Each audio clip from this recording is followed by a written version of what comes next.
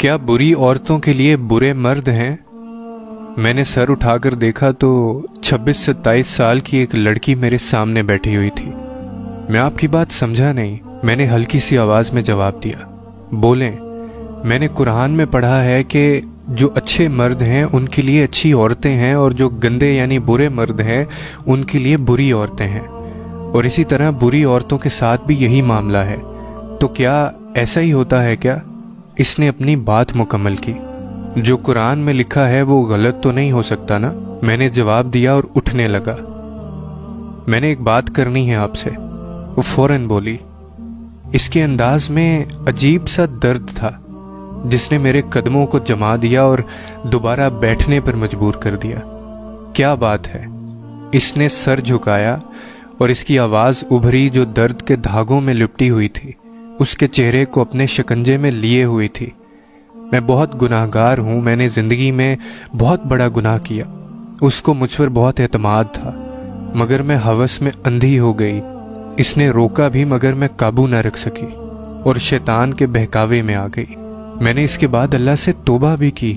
रात को सिसक सिसक कर इसके दर पर पड़ा रहना शुरू किया।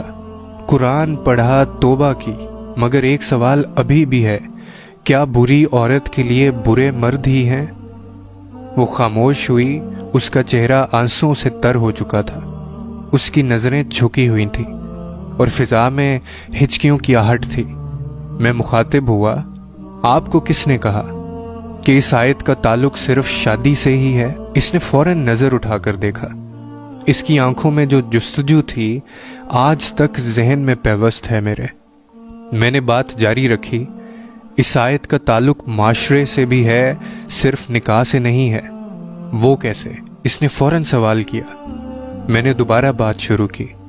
दरअसल अल्लाह करीम का निज़ाम बड़ा कमाल का निज़ाम है और जो असूल इसमें हैं रहती दुनिया तक के लिए काफ़ी हैं। आपने कभी नेक लोगों का और बुरे लोगों का जनाजा देखा है ना? तो वो जनाजा क्या है? अगर मरने वाला नेक तो शुरका सारे नेक, अगर मरने वाला बदकार तो शुरका भी अक्सरियत बदकार। आपने फंक्शंस भी देखे होंगे।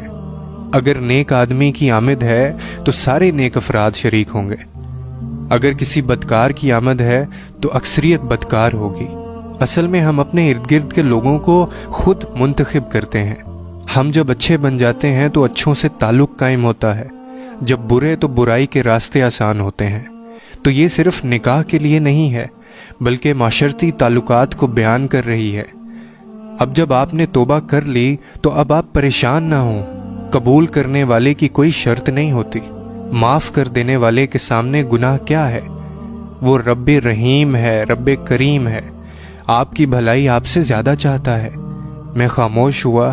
वो उठी और गर्म जोशी से सलाम किया और ये कहते हुए रुखसत हुई, बेशक मेरा रब बड़ा रहीम व करीम है।